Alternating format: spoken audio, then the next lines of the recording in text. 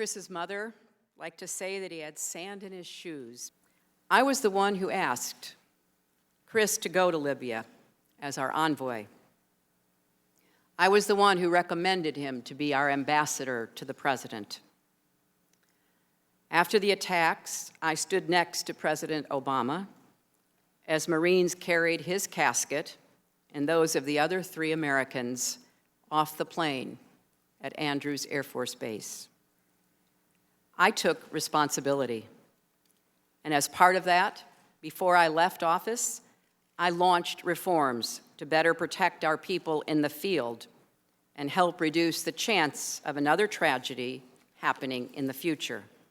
They found systemic problems and management deficiencies in 2 State Department bureaus. And the review board recommended 29 specific improvements. I pledged that by the time I left office, every one would be on the way to implementation, and they were. Finally, there is one more observation I'd like to share. I traveled to 112 countries as Secretary of State. Every time I did, I felt great pride and honor representing the country that I love. We need leadership at home to match our leadership abroad. Leadership that puts national security ahead of politics and ideology. Our nation has a long history of bipartisan cooperation on foreign policy and national security. I know it's possible to find common ground because I have done it. We should debate on the basis of fact, not fear. We should resist denigrating the patriotism or loyalty of those with whom we disagree.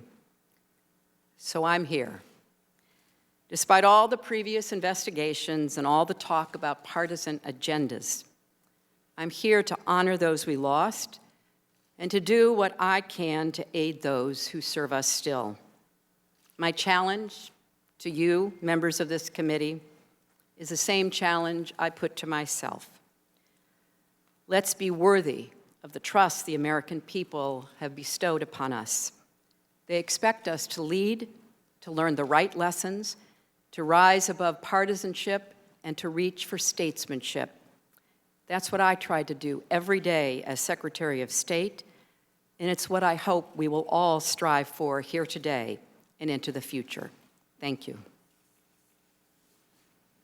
Thank you, Madam Secretary. I